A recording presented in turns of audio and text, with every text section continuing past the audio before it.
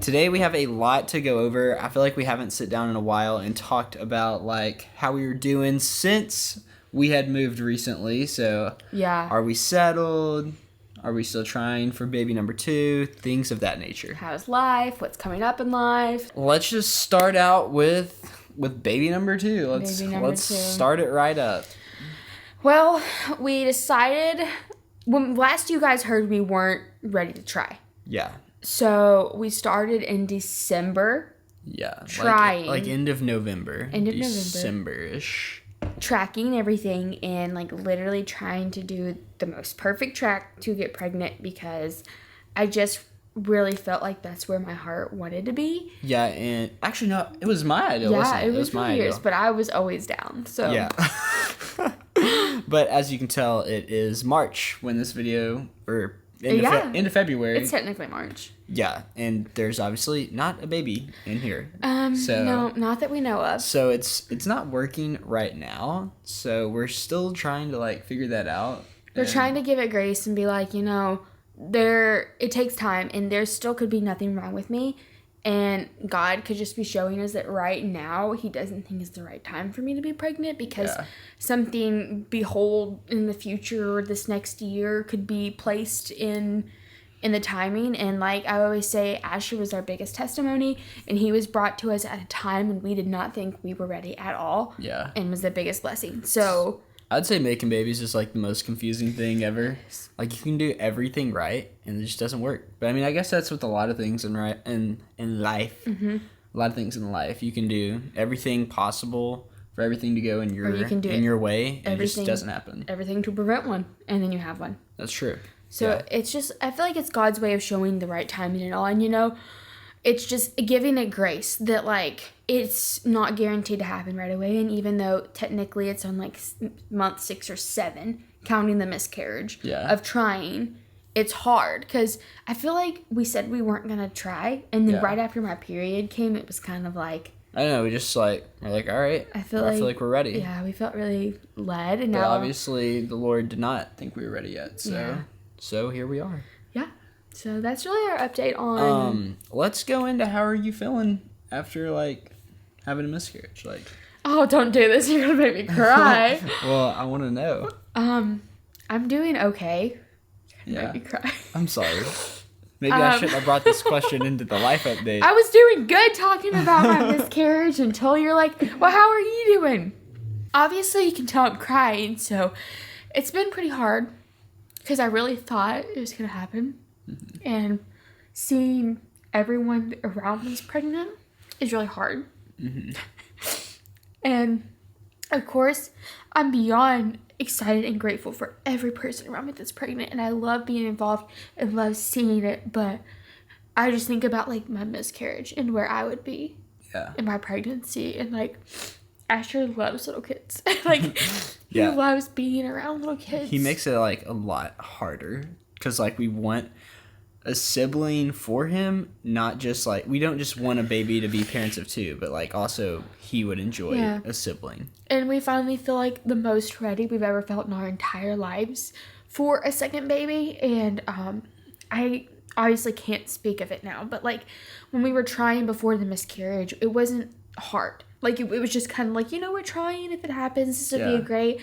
Until we had the miscarriage, and then that's when it was, like, really wanting it. Like, the pain of it, and, like, the thought of it, and, like, going through it all.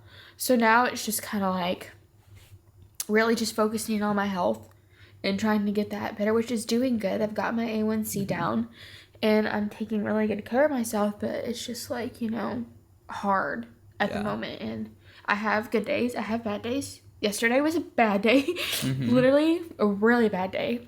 But yeah, today is good. Other than me getting emotional, but I feel like I'm a very emotional person.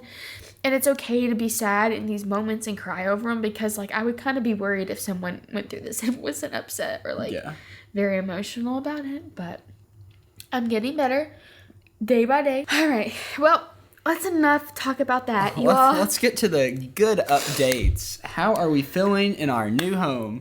Well, I guess not all good, but... we have some news on that, actually. We love Oh, sorry for interrupting. We love the home we're in. We love the area we're in. We have some great neighbors. We actually become really close with one of our neighbors, and we like to call them some very close friends. Our church community here and everything surrounding is just really being put in place and like finding our way and our path and our people and like God moving us in great directions. But we kind of got stumped in the road this year.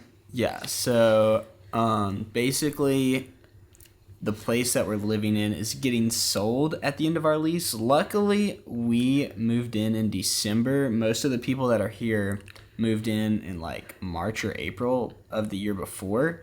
So a lot of them are being moved right now. Yeah. And it's not that big of a stress because there's other properties right around us that we could go to. But it's like when we moved in here.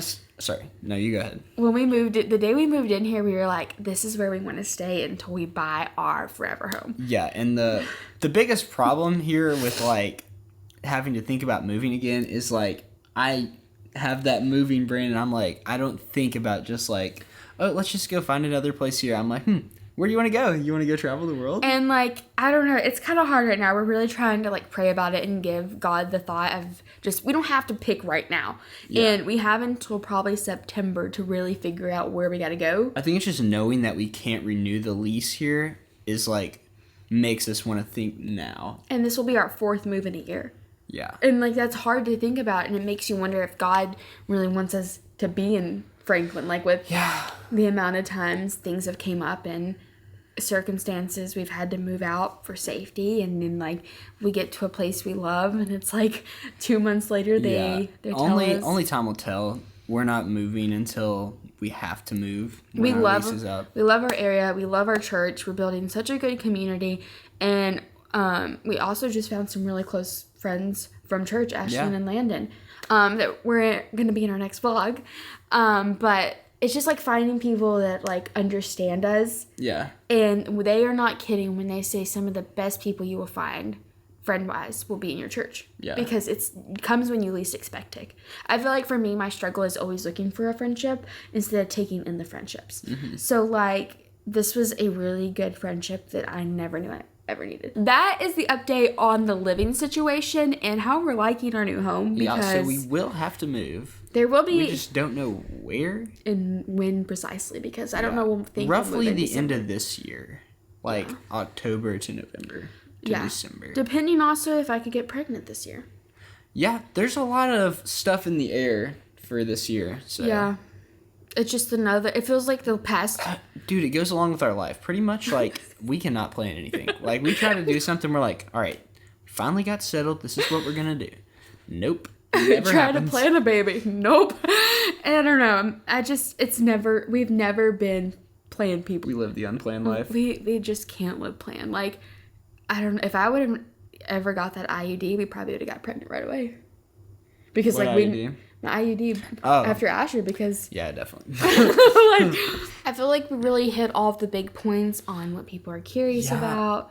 Other than just like the house and obviously baby number 2, there's really not much to update you all on. Just because honestly we're feeling pretty settled. We're feeling pretty happy here. We're actually really happy. I don't know why I said pretty happy. We're extremely happy. I think it's just the miscarriage thing that comes along with it, like the sadness and stuff. I will say I'm glad not to be in that same bathroom I had the miscarriage in. Thank you guys so much for watching and being involved in our lives IRL. Virtually. How would it be IRL? I realized after I said that, because what the heck is that? Okay. All seriousness, thank you guys so much for watching our lives through YouTube, through TikTok, through Instagram. Virtually. I got you. Virtually. We love sharing it and just being the truest, purest people we can be for you guys and show you this is life. Yes. We love you all. So does Jesus. And we'll see you all in the next one. Peace.